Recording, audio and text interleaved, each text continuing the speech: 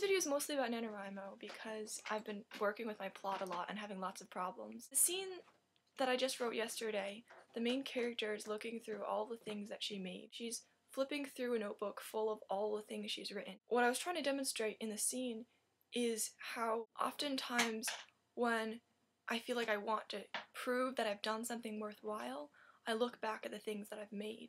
This has posed some problems for me because over the past few days, I've been having a really hard time focusing on anything. This reminded me of a quote from the song All Delighted People by Sufjan Stevens, and he says, "I tried to save the things I made, but the world is a mess." I feel like I don't have enough to give to God. I want to deny myself and follow God wholeheartedly, but I think I was equating denying myself with getting things done. So I already have all these thoughts about giving up the need to create and simply dwelling in God, but I also have a book I'm supposed to be finishing this month. Perhaps the question that I was dealing with was, how do you give up a need to create things and also produce something worthwhile? How do you work to God's glory while also being content?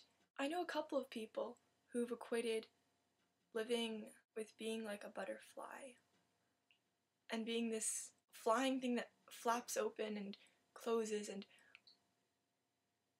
this beautiful thing that shines in the air that is both held and does not fall but is moving. Butterflies seem like a perfect image of seeking and resting, receiving and letting go. In my particular case, I was able to think of an idea to make it all work. It's things like these that make me so boundlessly thankful. I guess that's appropriate since tomorrow's Thanksgiving. See, I'm thinking about it in two ways. Of my relationship with God being an interaction with a person, that I can never work hard enough or think hard enough to prove God or to make Him give me things.